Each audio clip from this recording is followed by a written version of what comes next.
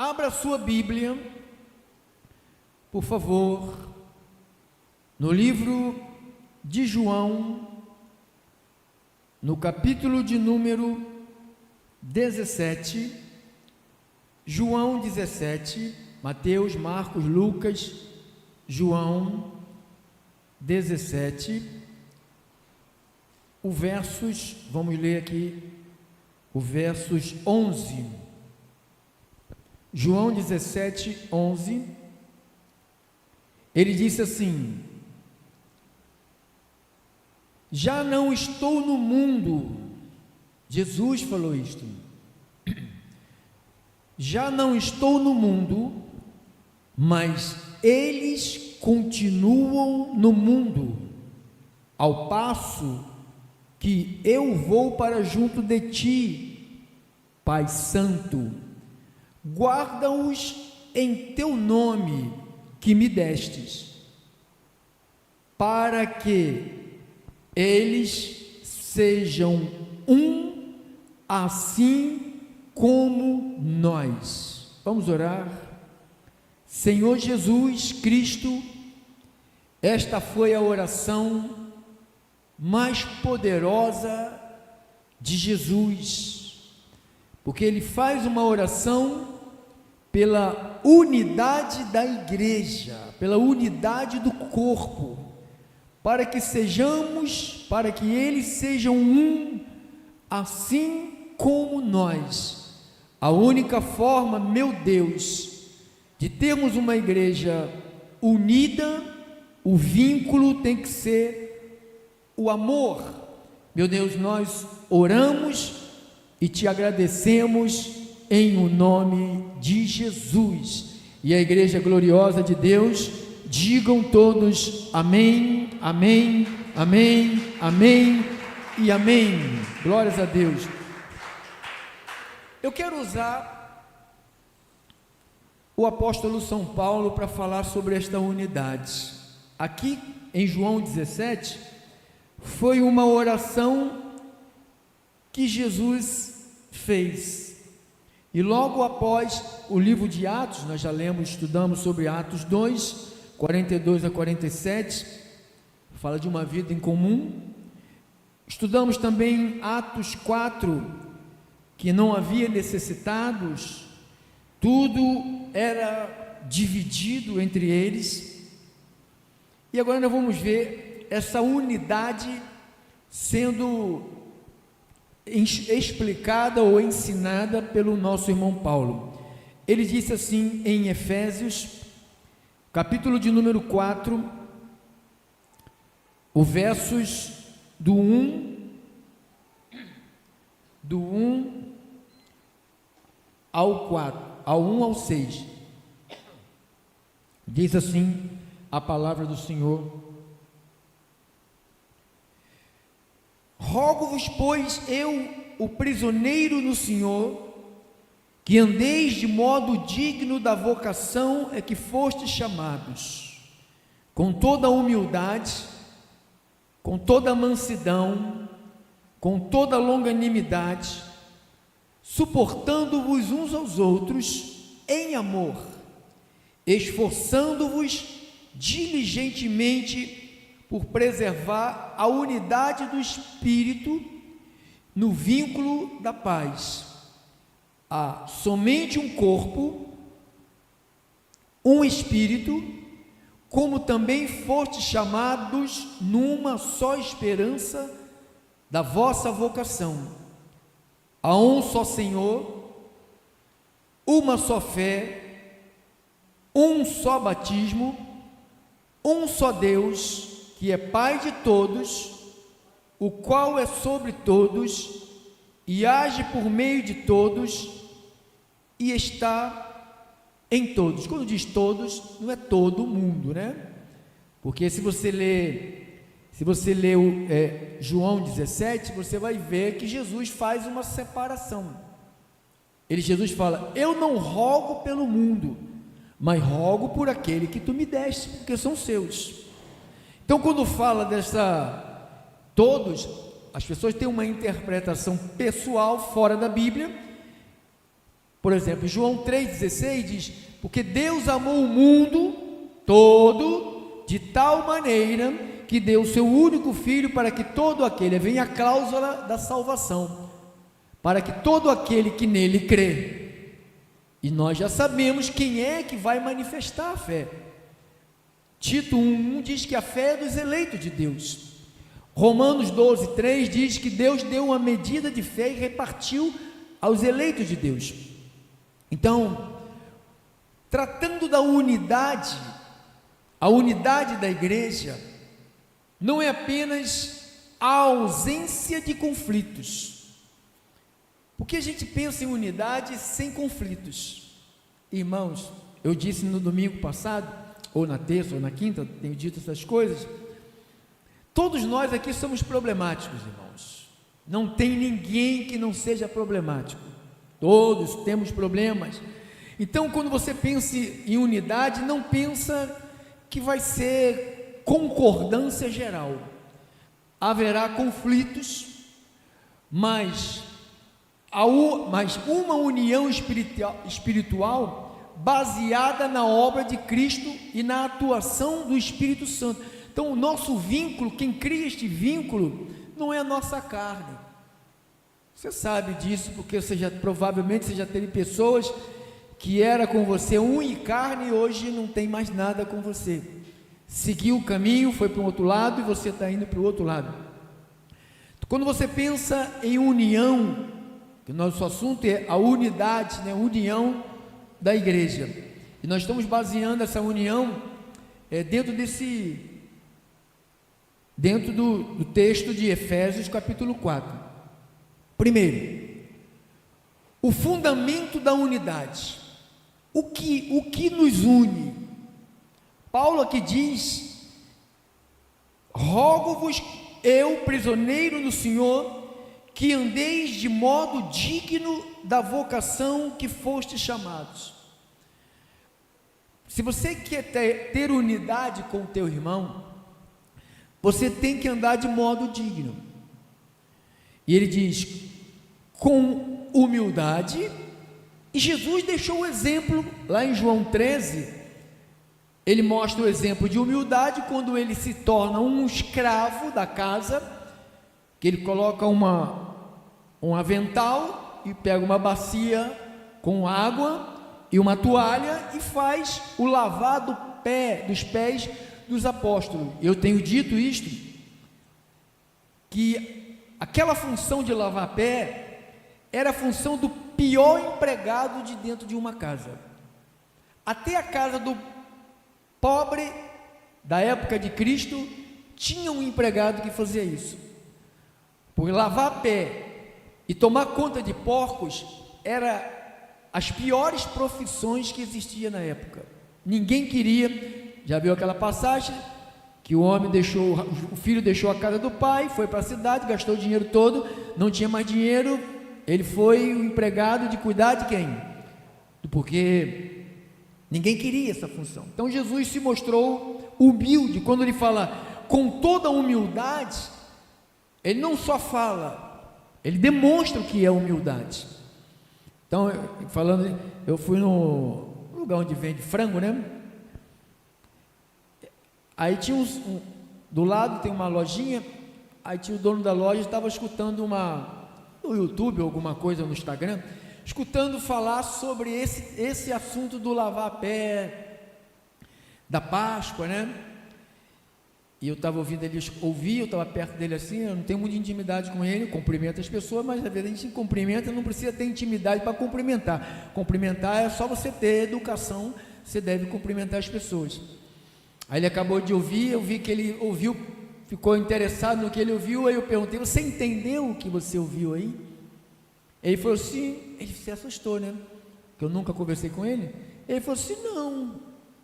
Aí eu expliquei o que eu expliquei agora, a situação da humildade de Jesus, demonstrando o servir. Eu falei: Deus, quando criou você e criou a mim, Ele nos criou para servir as pessoas, para a gente servir uns aos outros. Então Jesus deu o exemplo de servir, e só consegue servir o outro quem é humilde.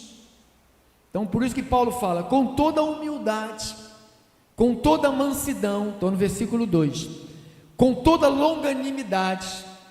Ninguém consegue ter vínculo com o outro, unidade com o outro, se não for humilde, manso e se não for longânimo. Porque nós, às vezes, quando queremos, somos pessoas irritantes.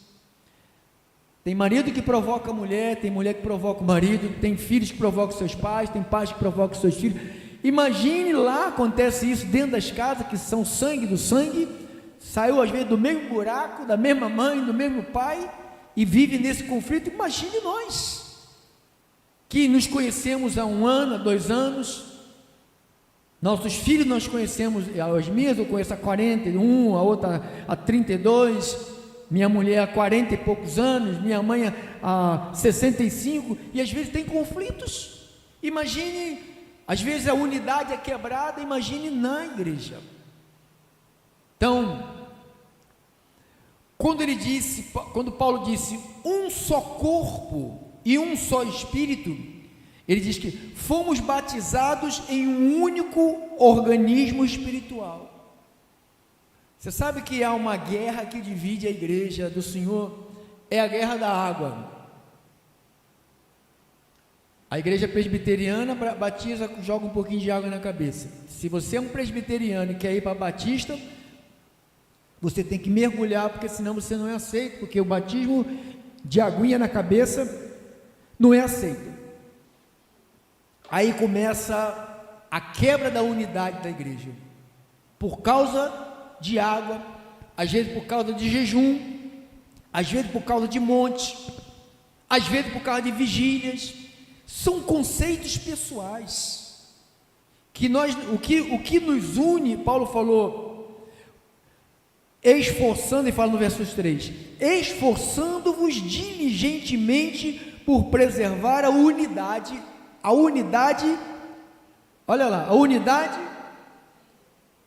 nunca nós seremos, você não é unido nem com a tua família, você sabe disso, quantos rabos de rato, rabo de galo, sei lá como é que fala, nós temos dentro de casa.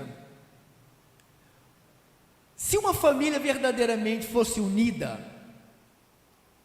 ninguém deteria você estaria, sabe, 1000 vezes melhor do que você está hoje. A prova, às vezes estamos juntos, mas não estamos com o mesmo propósito. Se estivermos juntos, fora de propósito, há divisão. Se há divisão, não há crescimento, não há prosperidade, não há abundância. Você lembra quando Deus confundiu as línguas, chamou-se a Torre de Babel, alguém lembra? Porque os homens se uniram para o mal, para eles era para o bem, mas aos olhos de Deus aquela unidade ali era para o mal. Eles se uniram para alcançar o quê? O céu. Nós vamos construir uma torre que vamos chegar lá. E Deus olhou aquilo e falou: esse povo está unido. Se eu não colocar uma confusão entre eles lá, eles não vão parar, eles não vão conseguir chegar lá, eles vão morrer de tanto tentar, eles não vão conseguir, mas eles não vão parar. Eles tinham um propósito. Então, o que é unidade? Paulo diz que é uma unidade, o que nos cola é o Espírito, mas infelizmente, a maioria de nós vivemos mais, fala, na carne.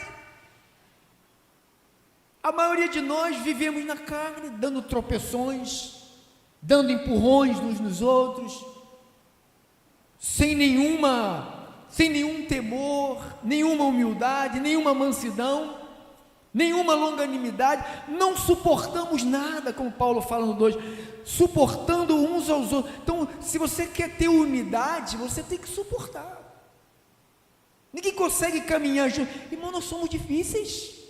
Depois que o pecado entrou em nós, danificou a nossa vida, Jesus perdoou o pecado, mas o prejuízo do pecado ainda está em cada um de nós.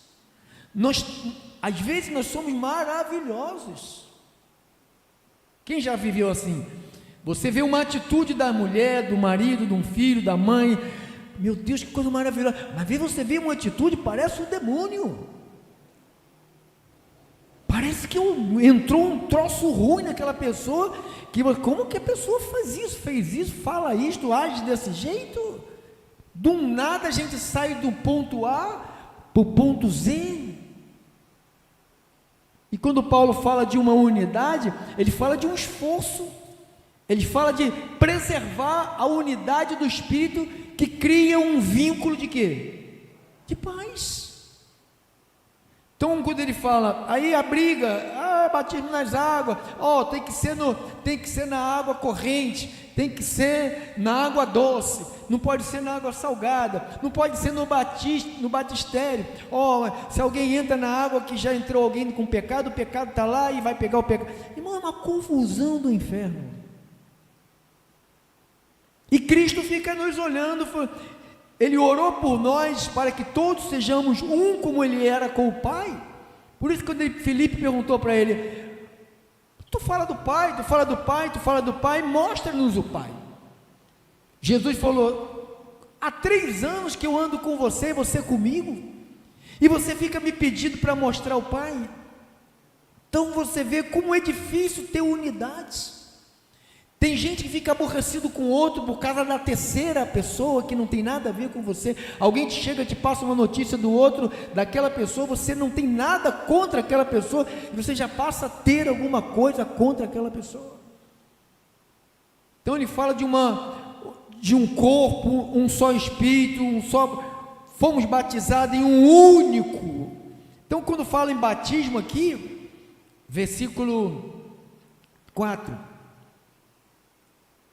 5, há um só Senhor. Quanto Senhor? Um só. Aí ele vai falar, há uma só fé. Quantas fé? Uma só, que é o dom da fé. Há um só batismo. Então se fosse 2 batismos, um na água e no Espírito, ele falaria, há 2 batismos. As pessoas brigam pela água.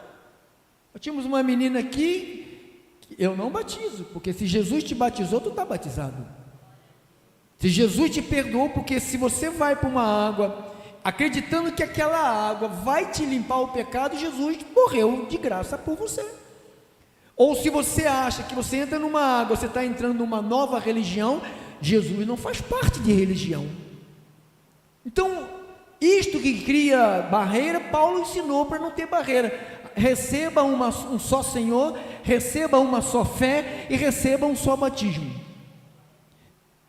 E é esse um só batismo que faz a unidade da igreja. As pessoas se encontram, a sua igreja não batiza nas águas? Não, porque quem chamou para batizar nas águas foi João Batista. Paulo falou, eu não fui chamado para batizar. Jesus mesmo não batizou ninguém. Então você fica numa dissensão, numa contenda que não chega a lugar nenhum, só serve só para dividir o corpo de Cristo. Ele vai falar, uma só esperança, está aqui, versículo 4, há um só corpo, há somente um corpo, olha lá, quanto? Então a denominação não tem nada a ver, irmão. Um é da Batista, outro da Assembleia, outro da Metodista, outro da... As igrejas aí, tem mais de... Todo dia aparece igreja nova, né? Tem igreja do Cuspe de Cristo, bola de neve, bola de gude, então tem tudo. Mas diz que há somente um corpo e quanto espírito? Um corpo. Como também foste chamado numa só. Qual é a esperança? A esperança da igreja não é aquela que foi levada ontem no Maracanã. Aquela esperança é falsa. Jesus nunca promoveu, nunca chamou ninguém para ter vida fácil. A igreja facilita, os líderes facilitam a vida da igreja, para atrair novos clientes bobos, né? Clientes bobos, acreditando que aos pés da cruz você vai receber alguma coisa. A cruz está vazia, ele não está lá, ele ressuscitou. Está fazendo o que no pé da cruz? Está fazendo o que nos pés da cruz? Jesus não está lá. Para que eu vou ter uma cruz aqui? Que a cruz é um símbolo de maldição. Não sou eu quem diz, é a Bíblia quem diz. Paulo disse isso. Então isto tudo cria divisão. Uma só esperança da vocação. 5. Uma só Senhor, uma só fé, um só batismo, um só Deus de Pai. Não há 2, não há 3, não há um velho, um novo e uma pomba. É um Deus em 3 manifestações. Jesus falou: Felipe, quem me vê a mim, vê o Pai, porque eu e o Pai. Eu sou Pedro Inácio, filho, eu sou Pedro Inácio, marido, e eu sou Pedro Inácio, pai. Quantos Pedro Inácio eu sou? É difícil saber quantos deuses existem. A Bíblia diz que o Verbo se fez carne. A Bíblia diz que mesmo sendo Deus, não usurpou ser Deus naquele momento. Porque ele estava ali, porque Deus não podia pagar os pecados dos homens. Quem poderia pagar o pecado dos homens tinha que ser um outro homem. Mas um homem puro. Quem foi esse homem puro? Jesus. Jesus foi criado por Deus. Jesus falou: eu tenho que ir, que se eu não for, o Consolador não virá.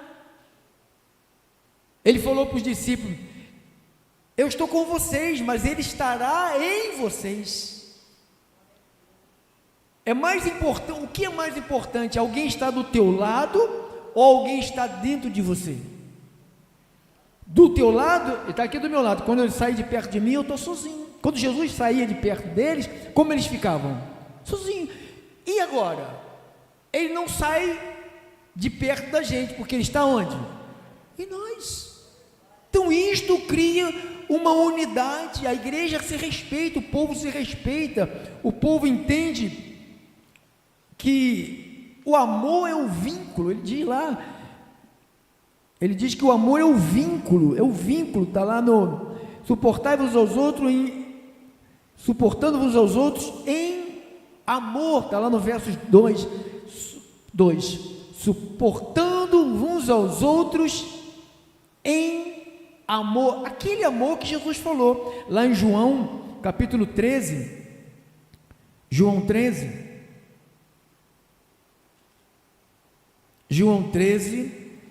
34. Novo mandamento vos dou, que vos ameis uns aos outros, assim como eu vos amei. Então você vê que o tipo de amor mudou. Na lei, no mandamento que está em Levítico, também reescrito em Levítico, temos que amar ao nosso próximo como nós amamos a nós mesmos. Quando Jesus cria o 11º mandamento, mas é só 10 mandamentos, Jesus criou o 11º mandamento. Qual foi o 11º mandamento? Está lá, primeiro, pode estar lá no começo. Novo, diga assim, novo. Por que novo? Porque o tipo de amor eu não tenho que amar vocês como eu me amo, eu tenho que amar vocês como ele amou vocês. Como que eu vou conseguir amar na carne, irmão? Às vezes eu tenho bronca com a minha mulher tem bronca comigo. Como que eu vou conseguir? Como que nós vamos conseguir nos amar na carne? Como que o irmão passa pelo outro na rua e não cumprimenta o outro? Passa de cabo duro? Como diz minha esposa, cabo duro. Você quer cabo duro? Parece um soldado de bambu, não vai para lugar nenhum, nem para o céu vai gente assim, irmão. só está aquela porta ali, para cá, pode entrar qualquer um. Mas existe uma porta que Jesus falou lá em Mateus, que ela é apertada. Essa porta não é uma porta, é Cristo.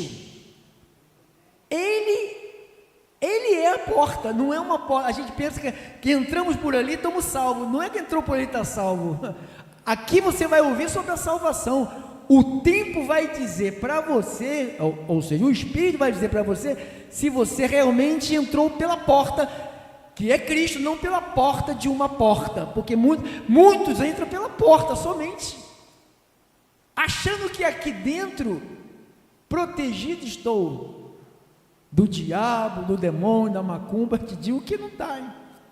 Tem muita gente que entra por aquela, não só por essa, por algumas portas, que está macumbado, está embruxado, está enfeitiçado, está com espírito ruim, e acha que entrar por aquela porta, terça, ou quinta e domingo, está protegido. Quando Jesus fala da porta, ele está falando dele, tem que entrar por ele, aprender dele, viver para ele, conhecer ele, manifestar o que ele manifestou, amar do jeito que ele amou. A irmã falou, é muito difícil. Claro que é difícil. Se fosse fácil, todo mundo faria, irmão. Se fosse fácil, todo mundo, ninguém seria budista, ninguém seria macumbeiro, ninguém seria feiticeiro, ninguém seria idólatra, ninguém seria ateu, porque não é fácil lá. Novo mandamento vos dou, que vos ameis uns aos outros, assim como eu vos amei. Como é que ele te amou? Qual foi, aonde que você vê Jesus se poupando por você, ou por mim? Diz que, eu chamo essa semana, a semana da hipocrisia, a semana dos hipócritas, a semana que se malha Judas sendo Judas, malha Judas sendo Judas, a semana que não se come carne para santificar. A Bíblia diz, está lá em João, acho que 17, santifica-os na verdade, a tua palavra é a verdade. Então não tem uma semana chamada santa.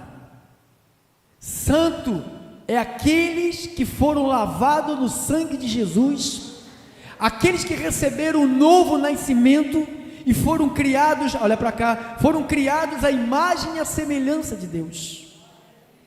Irmão, senão a gente vai ficar brincando de cristianismo, porque a maioria de nós pensamos que Jesus não volta. Essas igrejas grandes, nenhum deles pensa que Jesus vai voltar, porque se pensasse que Jesus vai voltar, cara, o Macedo tem 81 anos, 81, ele está pensando que vai viver até quando? 1500 anos? Para que ele quer tanto dinheiro para ele, se ele tem 81 anos? A irmã está ouvindo? Tá não, né? Então para quê? Que unidade a igreja tem? Jesus falou, eu tenho que amar vocês. Sabe com quem que ele estava falando aqui, irmão?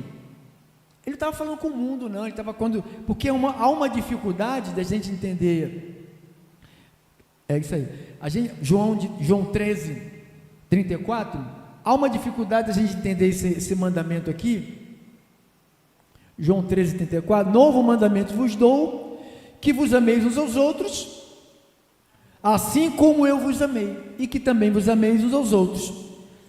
A dificuldade de a gente transmitir esse amor, porque a gente pensa que a gente tem que sair por aí, todo mundo manifestando isso aí. Jesus não está falando para o mundo, Jesus está falando entre eles. Olha como é que ele está falando entre eles, passa para frente. Agora ele vai falar com os outros. E nisto conhecerão todos, esse todos aqui, é o mundo. E nisto conhecerão todos. Então Jesus manda eles se amarem, para que todos, ou seja, aqueles que ficarem porque você sabe que as pessoas estão olhando para você.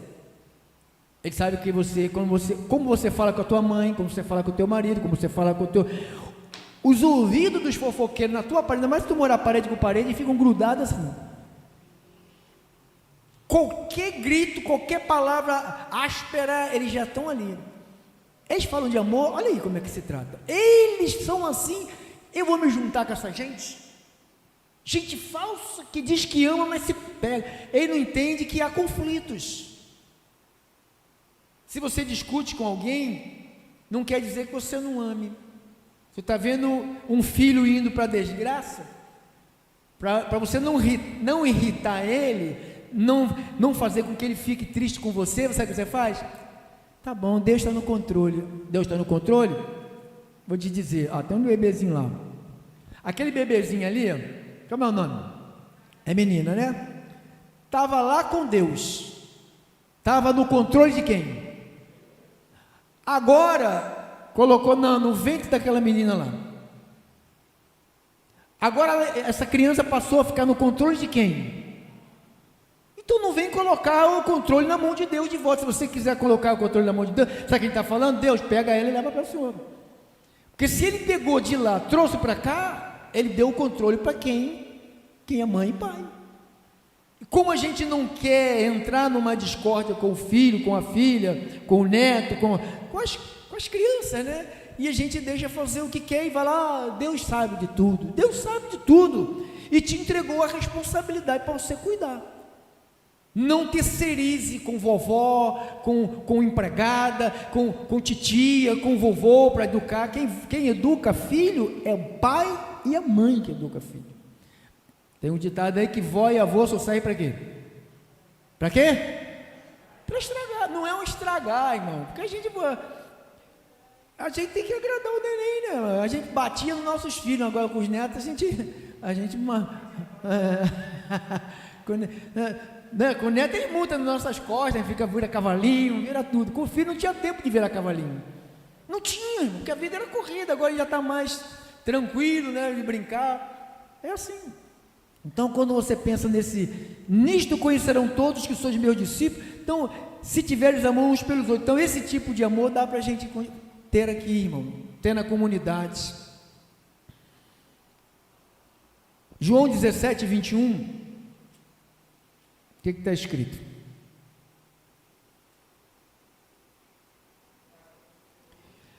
A fim de que todos sejam um, é como és tu, ó Pai, em mim, e eu em ti, e também sejam eles em nós, para que o mundo, viu? Você vê, a preocupação da unidade de Cristo, para a igreja ficar unida em amor, ele está preocupado com o mundo, porque lá no mundo, ele tem as suas ovelhas. O nosso amor, a nossa união entre nós, não vai atrair o mundo para dentro das congregações, só vai atrair as ovelhas perdidas, só vai atrair aquelas que são ovelhinhas do Senhor, porque não existe livre-arbítrio, como ensinou muito bem o pastor Nicodemos. Ele falou, não há livre-arbítrio. Se tivesse livre-arbítrio para escolher Deus, não deveria existir pastor, porque o pastor iria perder a vida dele pregando, e ninguém iria receber nada, porque eu só prego porque existem as ovelhas espalhadas pela terra, porque quando você prega a palavra, a Bíblia diz que a fé, ela se manifesta, e essa fé que já foi dada, Paulo falou, a fé que foi dada aos santos. Então, quando você prega, a única forma de manifestar a fé que já temos, por sermos eleitos de Deus, bota ali, irmã, para mim, Tito 1:1 e Romanos 12:3, porque às vezes a pessoa não acredita, né? Tem que mostrar o pau e mostrar a cobra morta, né? Aqui, Paulo, servo de Deus e apóstolo de Jesus Cristo, para promover a fé que é dos católicos, umbandista, budista, sandambestista, sambista, metodista, paraibista. A fé que é de quem? A fé que é de quem, irmãos? Então quer dizer que Deus tem o que nesta terra? Eleitos. E como é que eles vão entender os eleitos? Quando se prega a palavra. Você não entendeu a palavra? Por que você entendeu? Porque Deus inclinou o seu coração. Por que Deus inclinou o seu coração? Porque tu és um eleito de Deus. Sem a eleição não tem salvo, irmão. Você sabe que a gente gosta? Desculpa o português bem chulo que eu gosto de usar, para que todos entendam. Gostamos muito de uma safadeza. Gostamos muito de uma vantagem. O senhor está rindo, mas alguém fala que eu sou pervertido, seu José. O pastor é pervertido, fala umas coisas muito pesadas, sabe? Eu, pelo menos, sou sincero de falar na frente de vocês, e eles falam escondido de vocês. Eu falo na frente de vocês a verdade, para que todos saibam o que é isto, né? Somos mesmo, na carne nós somos todos pervertidos. O que nos freia, o que nos guia em amor, o que nos conduz em amor, é o Espírito. O vínculo está no Espírito. Você sabe que amanhã nós vamos falar sobre aplicando este amor dentro da família, 9h da manhã, e à noite nós vamos falar aplicando este amor dentro da igreja. Então nós vamos falar amanhã sobre esses dois assuntos, tanto pela manhã, à noite, como aplicar este amor dentro da família. A família é o lugar onde mais se ofende pessoas. Você sabia? A gente engole sapo, gato, rato, macaco, leão, tudo quanto é bicho na rua. Quando a gente chega na casa, a gente não consegue suportar nenhuma debilidade do outro. Respondemos com grosseria, batemos, encaramos. Às vezes lá fora, um monte de brabão dentro de casa, são um cordeirinho lá fora com os outros. Quando chega dentro de casa, é uma grosseria, uma ignorância. Até a voz muda na rua. A voz de homem fica a voz de menina. Na rua fica a voz de trovão, né? Em casa fica a voz de trovão. Na rua fica a voz de menina. Então, isto tudo nós temos que aprender como aplicar este amor. Bota lá Romanos 12, 3, irmão, para saber da fé. Romanos 12, 3. Porque pela graça que me foi dada, a graça foi dada a Paulo, digo a cada um dentre vós, que não pense de si mesmo, além do que convém. Como é que eu vou pensar então, Paulo? Antes, pense com moderação, segundo a medida da fé que Deus repartiu a cada um. Então você não é um cristão, um salvo, porque você aceitou Jesus. Você é um cristão, você é um salvo, porque você é um eleito de Deus, e Deus já tinha te dado uma fé para crer nele. Judas estava lá 3 anos vivendo do lado de Jesus. Essa semana, hoje aqui dia sábado, foi ontem, se contar o calendário do Brasil, né? Jesus sentado na mesa, na ceia, ele falou: um de vocês vai me trair. Ele não expôs o traidor na frente de ninguém. Ele poderia, Judas vai me trair, esse aí, ó. Aí todo mundo ia olhar para a cara de Judas. Imagine o que os apóstolos iam fazer com Judas se Jesus apontasse que ele seria o traidor. Fala para mim. Iam bater nele, iam prender ele, amarrar ele, esmurrar ele, não iria deixar ele fazer. Por que ele tinha que deixar ele fazer? Porque no Salmo, a profecia lá no Salmo disse: o meu amigo mais íntimo se levantou o calcanhar contra mim. Está falando de Judas. Aquela pessoa. Por que ele era o mais íntimo, Judas, depois de João? Tu não vai entregar uma bolsa de dinheiro para alguém que não é íntimo com você. Com quem ficava a bolsa do dinheiro? Com quem? Com Judas. Então ele era de Jesus. O que ele era de Jesus? Íntimo, igual João. João ficava lá beijando Jesus, abraçando, mas Judas ficava lá, era o tesoureiro, né? Tesoureiro. Terminamos. Os benefícios e o impacto da unidade. Quando a igreja está unida, o corpo, há uma edificação do corpo. Irmã, se una com a tua família. Nós estamos no 4º mês do ano, janeiro, fevereiro, março, abril, 4º mês do ano. Ainda dá tempo de você formar uma unidade na tua casa, com a tua esposa, com o teu marido, com os teus filhos, e avançar na sua vida. Uma casa dividida, ela vai desabar, ela vai desmoronar. Então, a igreja cresce de forma saudável quando há harmonia. Não é uma harmonia de paz e amor, bicho. Não existe paz e amor, bicho.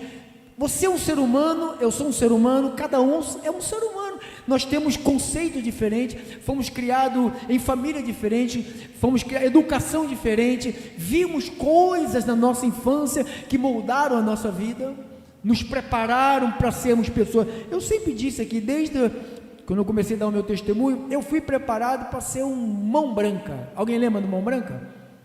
Quem era mão branca? Quem era o mão branca? Eu ia matar todo mundo, né? Só o ônibus. Então eu fui preparado para ser um mão branca. Quando Jesus entrou, ele tocou a mão branca em mim, irmão. Aí mudou a minha história, a minha vida. Quando há harmonia, há testemunho ao mundo, para que todos vejam. Então Jesus está preocupado com a nossa união, para que os outros vejam, para que todos vejam, para que o mundo veja. Jesus orou pela unidade, está lá em 17 e 21, a fim de que todos sejam um, como és tu, ó Pai, em mim e eu em ti, também sejam eles em nós, para que o mundo creia que tu me enviastes. Então, e o que acontece quando há unidade? Já dizia lá o Salmo 133, termina, Salmo 133, que diz? Salmo 133, como é bom e como é agradável viverem unidos, quem? Ele não está falando com o mundo, ele está falando para viver unido com quem? Está difícil? Esse irmão é muito ruim para você não ter unidade com ele? Se você quer conhecer alguém ruim, só você ligar a câmera do teu celular, você vai conhecer alguém ruim igual o seu irmão. Todos nós aqui não somos bons. O próprio Cristo, quando alguém falou, bom mestre, ele falou, bom? Ele falou, bom é quem? Bom é Deus, porque eu vou ter atitude aqui, que vocês vão falar que eu estou endemoniado. Quando Jesus entra, na semana da Páscoa, essa semana, Jesus entra no templo, aonde era o lugar de adoração, sabe o que tinha lá? O que tinha? Cambistas. É a igreja de hoje, irmão. Tem tudo dentro da igreja. Tudo. Vende de tudo. É uniforme, é sapato, tem até bazar que os irmãos levam roupa usada e a pessoa vende dentro da igreja. Lugar que é lugar de quê? Adoração. E Jesus fez o quê? Brigou. Você acha que Jesus aceitaria hoje a igreja que tem sala VIP, a igreja que tem pipoquinha vendendo na porta para os membros participar do culto? O irmão falou, pastor, eu vou ficar em casa assistindo um culto. Você assiste novela, assiste filme, assiste jogo. Culto, você venha cultuar a Deus, apresentar o teu corpo ao Senhor.